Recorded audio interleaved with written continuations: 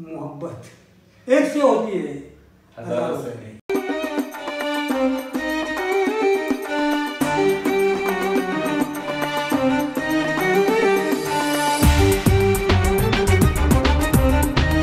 Welcome back to my channel. It's Nihal Romane Vlogs and first of all I am really sorry कि guys मैं 2-3 दिनों से video shoot नहीं किया और अपलोड नहीं किया। बहुत ज़्यादा बुरा लग रहा था कि मैंने आप लोगों को बोल तो दिया कि मैं जोलो चिप ऑर्डर किया है। एक्चुअली मैंने ऑर्डर किया तो पता नहीं क्या हो गया, वो मेरा ऑर्डर कैंसिल हो गया और उसके बाद ऑर्डर मतलब वो जोलो चिप दिखा ही नहीं रहा है अमेजोन में। अमेजोन छोड़ो, कोई और वेबसाइट में भी जोलो चिप बता नहीं रहा है, तो अभी वो तो छोड़ देते हैं। I will try something different. Jolo chip की जगह कोई उसका सब्स्टिट्यूएंट अगर कुछ मिलता है तो फिर उसका करेंगे। And today we are here with my आप है दावर हंदली, बहुत बड़े मशहूर शायर रह चुके हैं। आज हम लोग, मैंने आपको प्रॉमिस किया था कि मैं अपने अंकल के साथ वीडियो बनाऊंगा, तो अंकल ने आज फाइनली टाइम दिया है मुझे, तो आज अंकल के साथ हम लोग शूट कर रहे हैं। तो uncle welcome to my channel. मैं वीडियोस बनाता हूँ, आप देखते हो मेरे वीडियोस, मुझे पता है।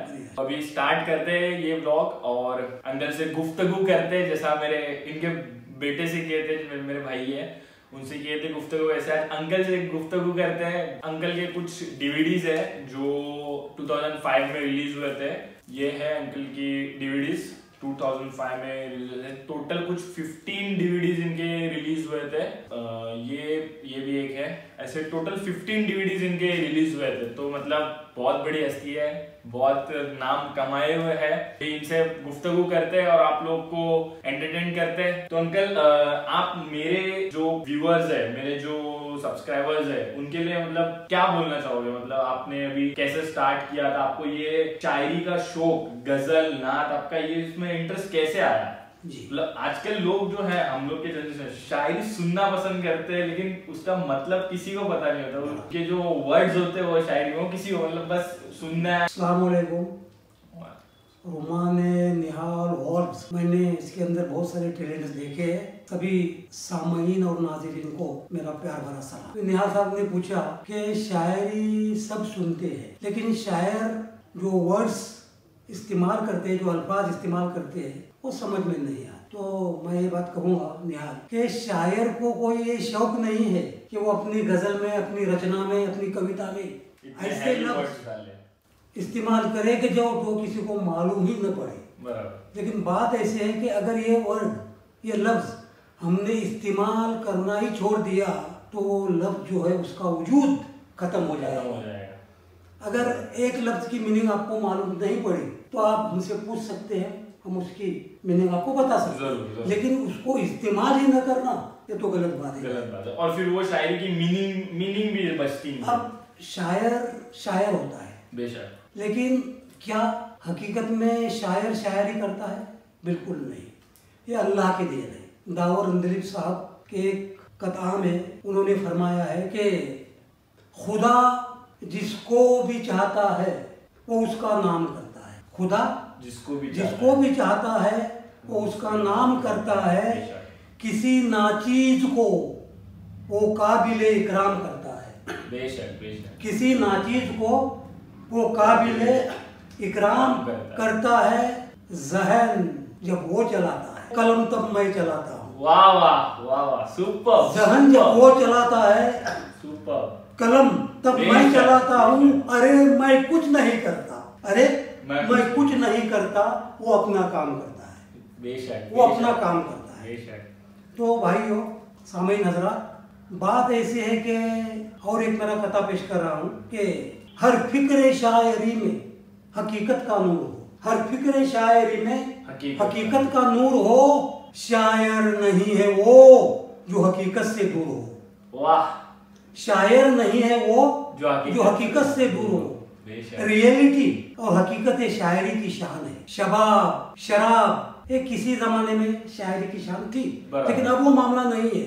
आज के दौर में अगर हम देखेंगे तो वो चीजें शायरी से अलग होती जा रही है और नए सब्जेक्ट को लेकर शायर या कवि अपनी कल्पनाओं को, अपने तसव्वुरात को पेश करता है। अभी हालात ऐसे हैं कि इस दौर में हकीकत को भी लोगों के सामने पेश करना बहुत तकलीफ की बात होती है।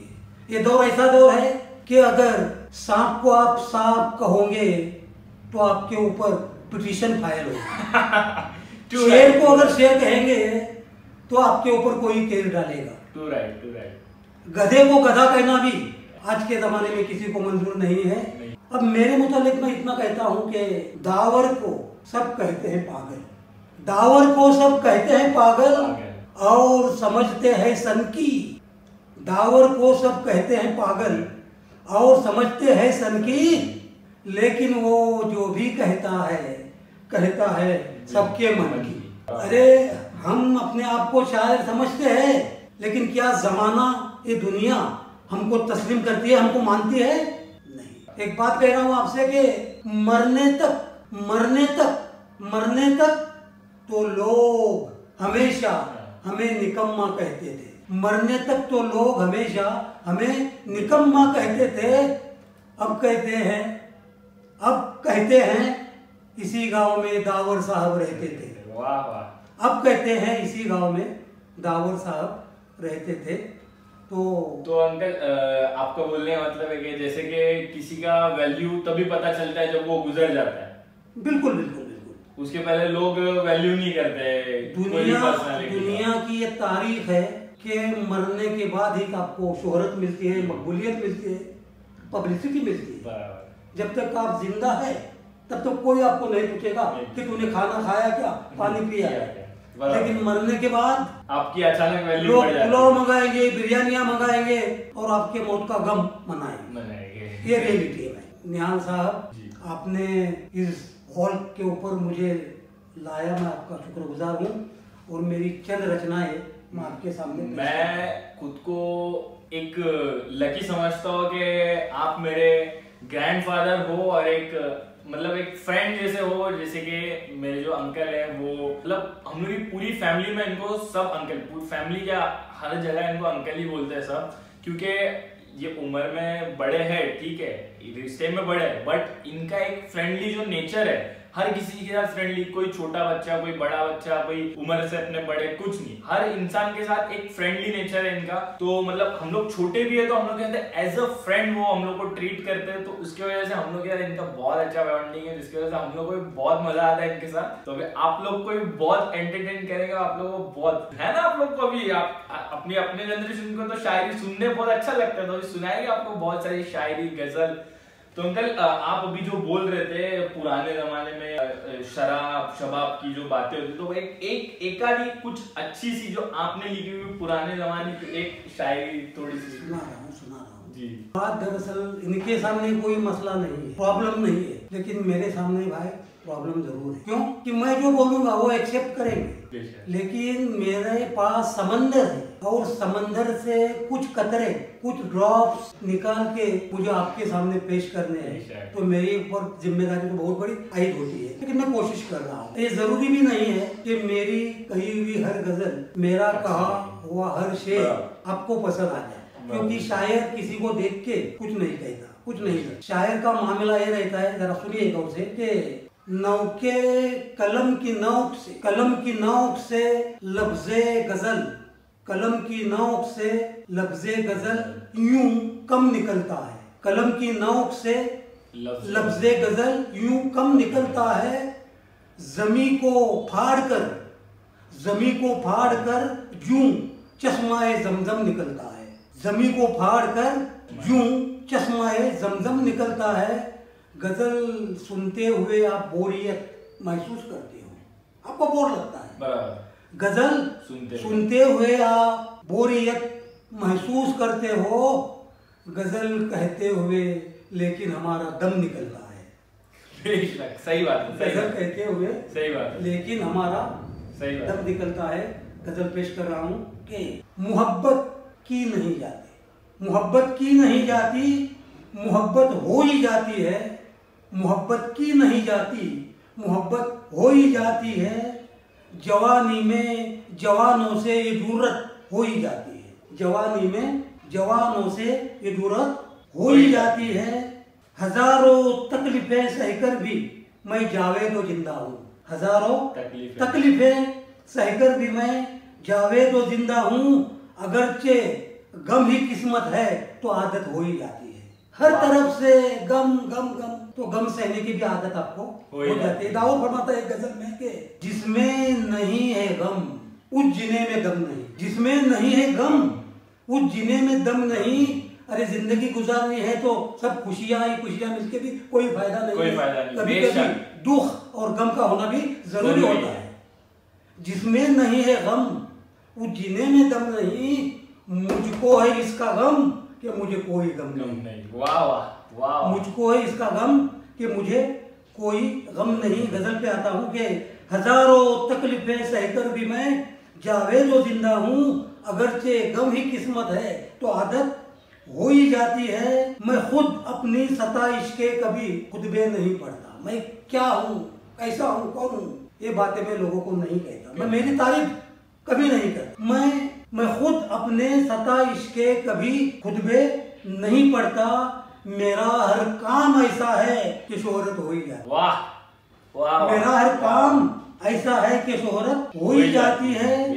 तेरी अटखेलियां, अटखेलियां मतलब? अटखेलियों का मतलब होता है शरारत। शरारत, ओके ओके। मजाक करना, मजाक करना, ओके। तेरी अटखेलियों का दिल लगी का क्यों बुरा मानूं, तेरी अटखेलियों का दिल लगी का क्यों बुरा मानूं। मोहब्बत जब होती है तो मोहब्बत में आशिक और माशूका के आपस में अनबन होती है, अटकेलियां होती है आपस में। तो तेरी अटकेलियों का दिल लगी का क्यों बुरा मानूं, अरे जोशे जवानी में शरारत हो ही जाती है। वाह वाह वाह। अरे जोशे जवानी में शरारत हो ही जाती है। बनाने वाले ने दिलचस्पी से तुझको बनाया, बनाने वाले ने दिलचस्पी से इंटरेस्ट के साथ तुझको बनाया है। तेरी सूरत ही ऐसी है कि उल्फत हो ही जाती है। तेरी सूरत ही ऐसी है कि उल्फत हो ही जाती है। अमीरे खाना की हर बात कब सुनते हैं घर वाले। अमीरे खाना मतलब घर का जिम्मेदार, ओके, घर का मुखिया, रिस्पॉन्सिबल पर्सन, घर का चीफ, ओके। चीफ जो होता है उसके ऊपर, उसकी घर के ऊपर हुकूमत चलती है बेशक, और वही घर को चलाता है बेशक। लेकिन बात ये भी तो होती है ना कि घर का वो जो चीफ है वो सबसे बड़ा है, दौलत से भी बड़ा, एक्सपीरियंस से भी बड़ा, तजुर्बात से भी बड़ा और उम्र से भी बड़ा। लेकिन क्या कि घर के सब जो लोग हैं वो उसकी हर बात को मानते हैं, उसकी हर बात उन घर वालों को पसंद है। तो घर के जिम्मेदार को, घर के रिस्पॉन्सिबल पर्सन को, रिस्पेक्टेबल पर्सन को अमीरे खाना में कह रहा हूँ, ओके। तो अमीरे खाना की हर बात कब सुनते हैं घर वाले, अमीरे खाना की हर बात कब सुनते हैं घर वाले। शरीफ कितना भी हो कुनबा, कुनबा बोले तो फैमिली, परिवार, शरीफ कितना भी हो कुनबा बगावत हो ही जाती है। बगावत बोले तो बंड, मतलब सामने वाले की बात नहीं सुनना, चीफ की बात नहीं सुनना। कयामत को है कितनी देर मुझको क्या पता यार, आज नहीं कल, कल नहीं परसों कयामत तो आने वाली है, बेशक। कयामत को है कितनी देर मुझको क्या पता दावर, तू जब रास्ते पे आती है कयामत हो ही जाती है। वाह। तू जब रास्ते पे आती है कयामत हो ही जाती है। और एक गजल पेश कर रहा हूँ कि खराब वक्त है, खराब वक्त है लेकिन बदल भी सकता है। बेशक, बेशक बदलेगा, कोशिश कीजिए आप, बेशक बदलेगा। खराब वक्त है लेकिन बदल भी सकता है, अमल से रास्ता कोई निकल भी सकता है। बेशक, अमल से रास्ता कोई निकल भी सकता है। उदास होके तू बैठा है क्यों अंधेरे में, उदास होके तू बैठा है क्यों अंधेरे में, तू जोश में तो आ, तू जोश में तो आ, फानूस जल भी सकता है। वाह वाह वाह। फानूस यानी दैट जो कंदिल, ओके, जो लालटेन। तू जोश में तो आ, फानूस जल भी सकता है। हयात मीन्स लाइफ, कशमकश जहमत के मीनिंग्स होते हैं स्ट्रगल, या पता है स्ट्रगल। हयात नाम है जहमत का और कशाकश का, हयात नाम है जहमत का और कशाकश का। तू आज गिर गया तो कल संभल भी सकता है। वाह। तू आज गिर गया तो कल संभल भी सकता है। कदम तू आगे बढ़ा ले हवास व होश के साथ, कदम तू आगे बढ़ा ले हवास व होश के साथ। मुसीबतों का एक कोहरा पिघल भी सकता है। वाह। कोहरा बोले तो धूम, फॉग। मुसीबतों का एक कोहरा पिघल भी सकता है, हसीन तू है तो। सुनिएगा कि एक हमारे शायर साहब ने फरमाया था कि लम्स यानी टचिंग, स्पर्श। शायर साहब फरमाते हैं कि लम्स का लुत्फ यानी एंजॉयमेंट, लम्स का लुत्फ निगाहों से। शायर साहब फरमाते हैं कि लम्स का लुत्फ यानी एंजॉयमेंट, लम्स का लुत्फ निगाहों से भी मिल सकता है जी। लम्स का लुत्फ निगाहों से भी मिल सकता है, हुस्न ब्यूटी, सौंदर्य, सुंदरता। लम्स का लुत्फ निगाहों से भी मिल सकता है, हुस्न को हाथ लगाकर उसे गंदा न करो। यानी यहाँ हुस्न को देखने की आपको इजाजत है, छूने की नहीं, टच करने की नहीं। हुस्न को हाथ लगाकर उसे गंदा न करो, उसे देखो, अपनी आंखों से देखो, अपनी निगाहों से देखो।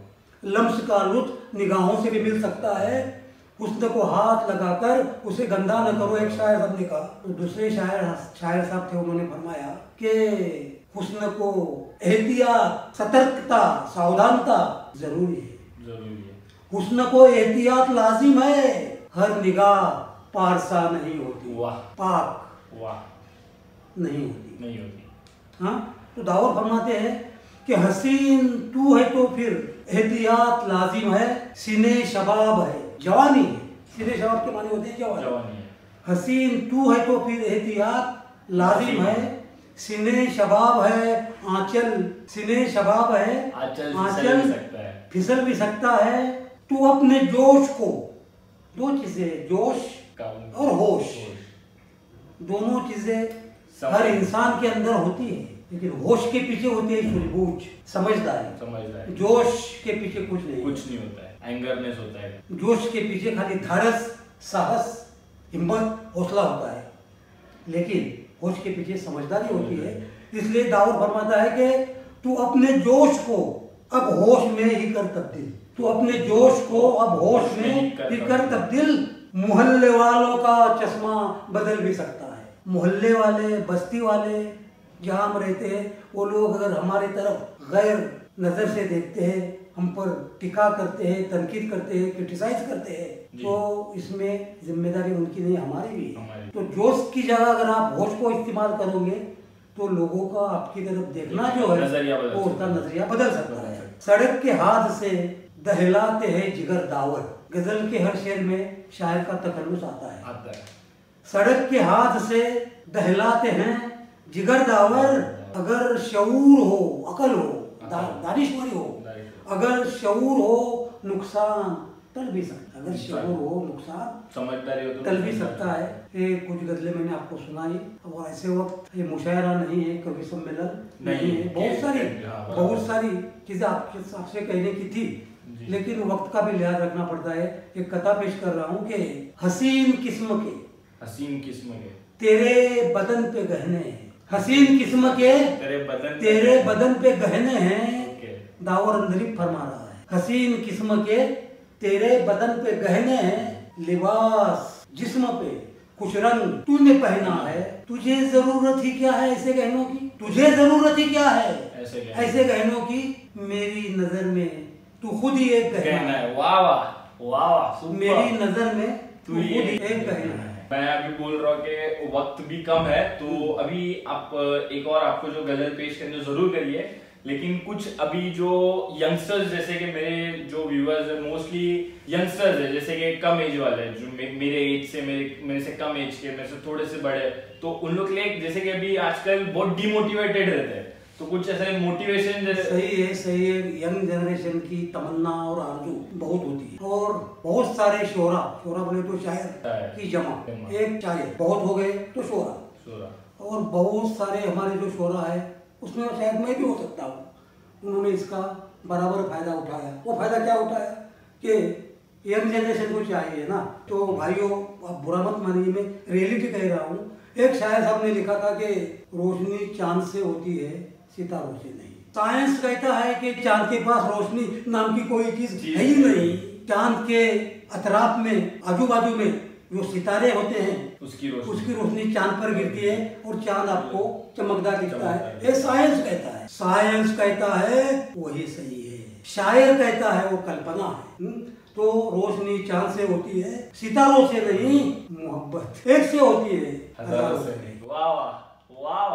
कि किसी शायर ने शेर कहा था, लेकिन ये शेर करके उस शायर साहब ने आप और हम जैसे लोगों को उल्लू बनाया ना, उल्लू भी बनाया। तो भाइयों के शायर अपने रंग में रंगता है। बहुत सी बातें करनी थी, लेकिन मैंने बताया कि मैं मुशायरों के सिवा अपने फन, अपना परफॉर्मेंस जो है वो बहुत कम करता हूँ। क्यों? कि वहाँ वक्त की कमी नहीं हो। जी बेशक। अगर मुझे वक्त मिलता तो मैं आपका और भी मनोरंजन करता जरूर।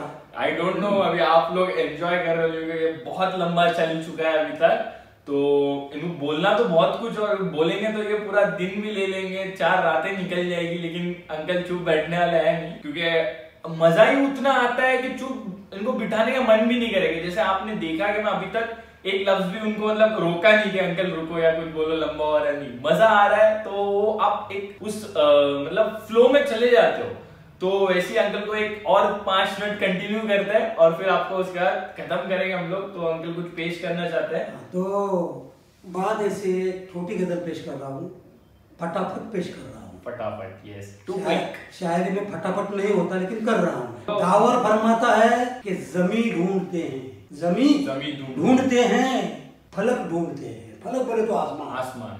जमी ढूंढते हैं, फलक ढूंढते हैं, जमाने में तेरी झलक ढूंढते हैं। वाह वाह वाह वाह। जमाने में तेरी झलक ढूंढते हैं, नहीं खुशबू देती है अब रात रानी। नहीं, रात रानी का फूल जो रात को ही खिलता है, और जहाँ रात रानी होती है पूरे माहौल को खुशबूदार बना देती है। लेकिन दावर फरमाता है कि नहीं खुशबू देती है अब रात रानी, फिजाओं में तेरी महक ढूंढते हैं।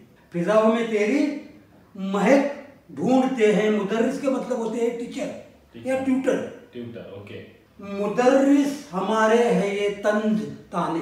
आप पर तनकीद तो होगी, टीका होगी, होती है। रियल लाइफ के अंदर आपकी आलोचना करने वाले, आपको गालियां देने वाले, तालियां देने वाले कम होते हैं, गालियां देने वाले बहुत होते हैं।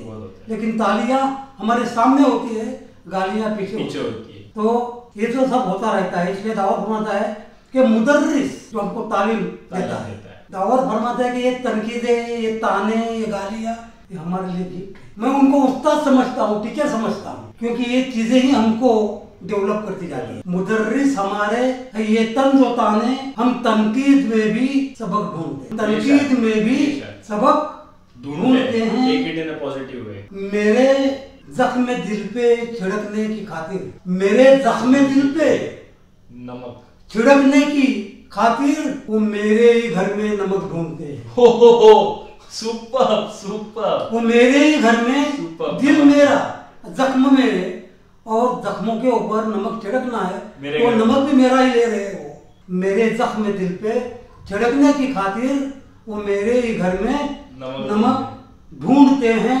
लचकती है जब शाखे गुल, गुलशनों में, गुलशन मैंने फरमाया था गार्डन, शाखे गुल यानी फूलों की जो होती है उसको शाख कहते हैं। लचकती है जब शाखे गुल, गुलशनों में तेरे बागपन की लचक ढूंढते हैं।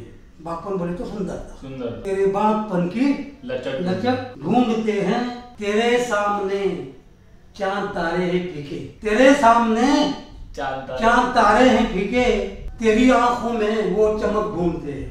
अरे चांद तारों के पास जो चमक है वो तेरे आंखों की है भाई। वाह। जुदाई का वक्त भी नजदीक आ रहा है, उसमें भी शायरी। जुदाई के डर से जब घबराता है ये दिल, जुदाई के डर से जब घबराता है दिल, सनम तेरे घर की सड़क ढूंढते हैं। सनम हुकूमत ने बरसों, हुकूमत बोले तो गवर्नमेंट, सरकार, शासन, हुकूमत ने बरसों, भाई दौर तो ऐसा है, हालात तो ऐसे है, हुकूमत को दोष क्यों दी? बच्चा जब तक रोता नहीं है तब तक माँ भी उसको दूध पिलाती नहीं है। यानी कुछ हासिल करने के लिए कुछ करना पड़ता है। तो हुकूमत है। हुकूमत ने बरसों दबाया है जिनको, ऐ दावर हम अब तक वो हक ढूंढते हैं, जमीन ढूंढते हैं, फलक ढूंढते हैं। आखिरी नज़्मा, आखिरी गजल फरमाई, तो अभी खत्म करने से पहले मैं भी कुछ आपके ही जो लिखे हुए उसमें से कुछ बोलना चाहता हूँ कि जब भी तकदीर आई रंजिश में, जलने वाले भी आए जुम्बिश में। सही। आप प्रैक्टिकल जिंदगी में जब कदम डालते हैं जी, तो आपको हौसला देने वाले, आपकी हिम्मत बढ़ाने वाले जी, लोग कम मिलेंगे। कोई अगर एक बड़ा बनता है तो छोटे लोग हैं वो बर्दाश्त नहीं करते। लोग ये नहीं सोचते कि वो बड़ा बनता है, उसके पीछे दस्ते इलाही का बड़ा बनाना, वो तो इज्जत मंतशाऊ, वो तो जिल्लु मंतशाऊ, किसी को बढ़ाना, किसी को घटाना, किसी को इज्जत देना, किसी को जिल्लत देना, ये सब उसका खेल है। तो ये होता रहता है। जब भी तकदीर आई जुम्बिश में, जलने वाले भी आए रंजिश में, ये होता रहता है। लेकिन ध्यान में रखो कि रंजिश में आने वाले लोग कौन है, उनकी हैसियत क्या है। हैसियत बोले तो दौलत हो, ये नहीं। अरे तनकीद करने के लिए भी जिस पर तुम तनकीद कर रहे हो, जिस पर तुम क्रिटिसाइज कर रहे हो, उसके बारे में आपको मुकम्मल मालूमात होना जरूरी होता है। और बगैर मालूमात के आप किसी के ऊपर तनकीद करने जाओगे तो ये सरासर माकत है, बेवकूफ़ी है जी। अभी आपने फरमाया कि जब भी तकदीर आई, मेरा ही शेर में ये मतला है, गजल का पहला है। जब भी तकदीर आई जुम्बिश में, जलने वाले भी आए रंजिश में। दाऊद फरमाता है कि बेवकूफ बेशुमार मिलते हैं, बेवकूफ बेशुमार मिलते हैं, बेशुमार मिलते हैं, एक दो क्या हजार मिलते हैं, एक दो क्या हजार मिलते हैं। मुश्किलें जब भी आती है घर में, मुश्किलें जब भी आती है घर में, हमको मुश्किल से यार मिलते हैं। वाह वाह वाह, हमको मुश्किल से यार मिलते हैं। अरे मुश्किलों में, मुसीबतों में हमको साथ जरूरत है साथ की, लेकिन अफसोस भी ये है कि वो साथ ही बड़े मुश्किल से मिलता है। तो अल-किस्सा मुख्तसर बहुत वक्त ले लिए, मैंने दे दिया और आपने मेरा ले लिया, ऐसा मैं क्यों कहूँ? ऐसा तो नहीं कहता हमने लोग का। लेकिन मैं स्टेज का आदमी हूँ जी। जब तक हमारे सामने भीड़ मजमा नहीं होता, तब तक हमारा फन्ने सुखन बेदार नहीं होता। फिर भी आपने एक दादा के हैसियत से, नाना के हैसियत से, मामू के हैसियत से या एक शायर के हैसियत से मुझे बुलाया, और मुझे भी आपसे बात करते वक्त बहुत बड़ा उस तरीके का प्लेटफॉर्म तो ये नहीं है, बट आई होप के ये लोग ना कमेंट बॉक्स भर के कमेंट करेंगे। देखिए मोहतरम सामईन नाज़रीन को थोड़ी देर के लिए मुझे आपने सुना, आपने जो सुना है उसको अपने जहन में रखिए, और हमारे निहाल रुमानी साहब ने जो कदम उठाया है, इसमें आप उसका हौसला देने के लिए, बढ़ाने के लिए आपको और हमको पैसा खर्च करने की जरूरत नहीं। अरे किसी ने एक गाली भी दी तो उस गाली में भी एक फन छुपा होता है, एक आर्ट की गाली है ना भी। एक सीधी बात कर रहा हूँ, ए बुदम बेदान, ए संगे बेनून, ये गालियाँ है। संगे बेनून का मतलब होता है कुत्ता, और बुदम बेदाल का मतलब होता है उल्लू। जब तक संगे बेनून है, जब तक बुदम बेदाल है, तब तक वो गाली नहीं है। क्यों? कि सामने वाले ने आपको क्या कहा, इसका मतलब आपके माइंड में आया ही नहीं। वाह। लेकिन जब आपको ये पता चलेगा कि उसने मुझे कुत्ता या उल्लू कहा, तो आपको बुरा लगेगा।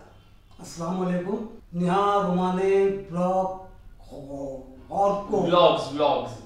को मैं इंग्लिश वाला नहीं हूँ, हमारे ज़माने में तो कुछ था भी नहीं, तो आप उसकी हिम्मत बढ़ाइए प्लीज़ प्लीज़ प्लीज़, इसका ताउन कीजिए बस। So let's end this vlog here and फिर मिलते हैं आपको किसी ऐसे नए और अच्छे vlog में। I hope आप लोग को अंकल के गजल शायरी सुन के मजा आया होगा and हम लोग ने आपको entertain किया होगा। So let's end this vlog here and meet you guys in next video। तब तक के लिए goodbye, Allah Hafiz, take care।